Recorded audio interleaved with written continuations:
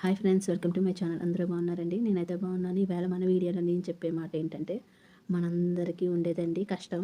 కష్టం అంటే ఎవ్వరికీ తెలియని విషయం కాదు. అందరి జీవితంలో చిన్నవాళ్ళ నుంచి పెద్దవాళ్ళ దాకా అందరికీ కష్టాలు ఎదురవుతాయండి. చిన్నపిల్లలకి చదువు అనేది కష్టం, పెద్దవాళ్ళకి జీవితమే కష్టం. అలా ప్రతి ఒక్కరికి తమ జీవితంలో కష్టాలు అనేవి ఉంటూనే ఉంటాయి. అయితే ఈ కష్టాలు కొంతమందికి చాలా అధికంగా ఉంటాయండి. అయితే చాలామంది ఆ కష్టాలు ఉన్నప్పుడు ఒక తప్పుడు నిర్ణయం అయితే తీసుకుంటారండి. జీవితం ముగించేద్దాం అంటే చచ్చిపోదాం అని అనుకుంటారు. కానీ నేను చెప్పేది ఏంటంటే, నువ్వు సుఖపడినప్పుడు చచ్చిపోతావా? చచ్చిపోవు కదా. కష్టం వచ్చినప్పుడు కూడా చచ్చిపోకూడదు. కష్టం వచ్చినప్పుడే మనం ఎదురు నిలబడి దాన్ని ఎదుర్కొని ముందుకు నడవాలి. ఇది చెప్పడం చాలా ఈజీ, కానీ చేయడం చాలా కష్టం. ఆ కష్టాల్లో ఉన్న వాళ్ళకే ఆ బాధ తెలుస్తుంది. ప్రతి మనిషి కష్టం వచ్చినప్పుడు చచ్చిపోతే సుఖం వచ్చినప్పుడు ఎవరూ మిగలరండి. కాబట్టి కష్టాన్ని ఎదుర్కొంటేనే సుఖాన్ని మనం ఎదుర్కోగలం.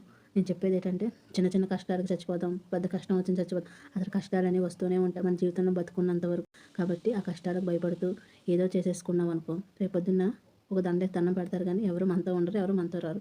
ఆ తర్వాత నీ వెనకాల అందరూ సుఖపడతారు. అదే ఆ సుఖం ఏదో నువ్వే అనుభవించాలనుకుంటే మటుకి కష్టాన్ని అనుభవించు. హ్యాపీగా ఆ సుఖం అదే వస్తుంది.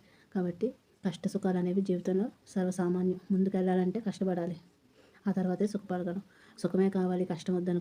ఒకవేళ నీకు సుఖమే కావాలనుకుంటే, ఆ సుఖం ఉన్నా ఎక్కువ సుఖానికి అలవాటు అయిపోయిన మనిషి కష్టం కావాలనుకుంటాడు. కాబట్టి నేను చెప్పేది ఏంటంటే, కష్టం సుఖం రెండూ ఉంటేనే జీవితం హ్యాపీగా ఉంటుందండి.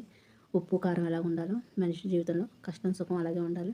కష్టాలు ఎదుర్కొన్నప్పుడే మనం గట్టిగా ఉండి నిలబడి మన జీవితంలో పైకి ఎదగలం. కష్టం లేకుండా అయితే మనం మొండివాళ్ళం అవ్వాలంటే అవ్వలేం.